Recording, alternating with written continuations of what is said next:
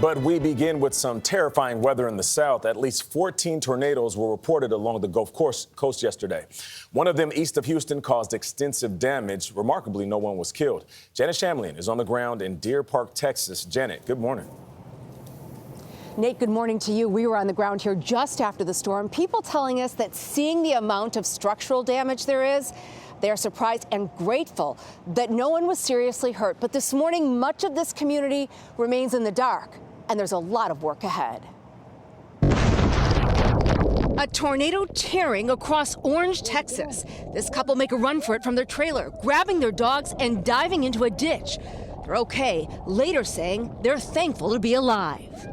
What the dude? An hour west, a tornado ripping through Pasadena outside Houston, heavily damaging these apartments and ripping the roofs from nearby homes. Damage across the Houston area, a semi flipped on its side. Downed power lines and trees blocked streets, and this gym shredded. People hid in the restrooms. Travis Smith is the owner. The metal was crashing, the glass was breaking out. It was extremely loud. The fast-moving storm delivered wind gusts up to 50 miles an hour, and pounding rain flooded streets across a wide swath of the city. In nearby Deer Park, the tornado cut through a nursing home. The mayor saying all 62 residents evacuated safely. Did you have any idea it would be this bad?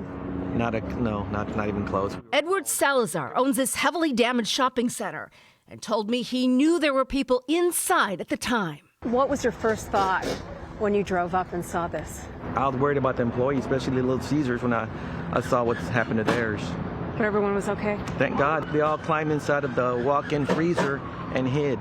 Lauren Green brought his wife to a doctor's appointment at the center, saying his teenage son survived riding out the storm in their car. I tried to come to tell him to come inside, and by the time I reached the door, it was, all you could see was like debris and stuff, so I was pretty scared for my son because he was inside his truck the whole time. Schools in this community, Deer Park, will be closed today. That's a function of the power outages and the road closures here. And the Weather Service will be on the ground looking at the damage to determine the strength of the tornado. Gayle? Thank you, Janet. I think not looking so great there.